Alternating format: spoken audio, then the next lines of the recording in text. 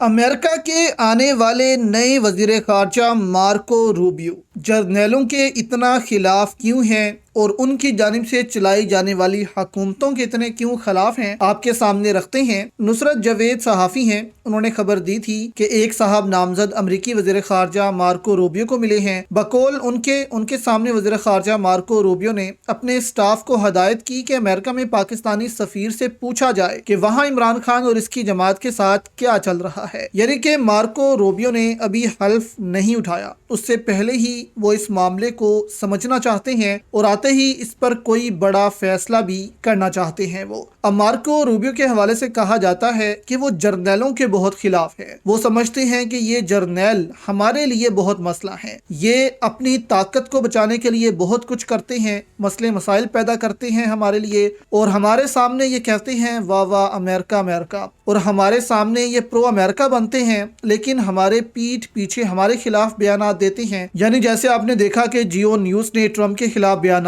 दिए, तो इसके बाद जो है जियो को ये भी कहा गया कि वो आर्मी कंट्रोल करती है। तो इससे फिर अमेरिका और ज्यादा गुस्सा हुआ कि एस्टेब्लिशमेंट तो हमारे साथ होती है, लेकिन वो कैसे ही हमारी ही हुकूमत के खिलाफ बयान दिलवाती है इन चैनल से। तो मार्को रूबियो जर्नैलों के क्यों खिलाफ हैं, ये आप उनको जरा सुने। Do whatever you want. Just don't do it here. If you do it in your country, if you do it in our country, we'll cut your head off. If you do it somewhere else, that's not our business. That's the deal these dictators cut with extremists.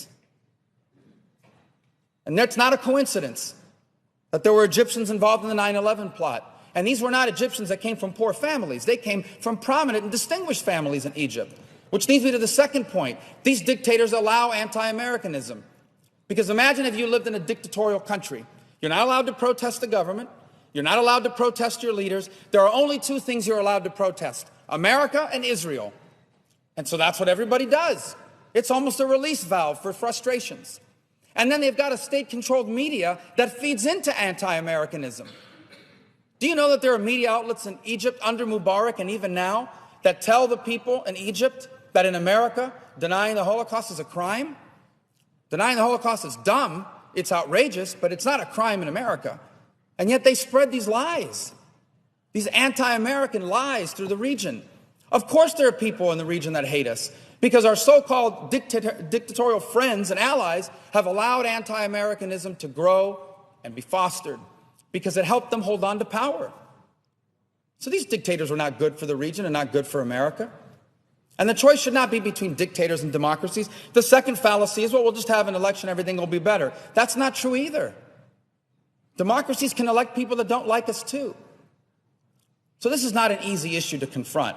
But disengaging from the region is not the solution.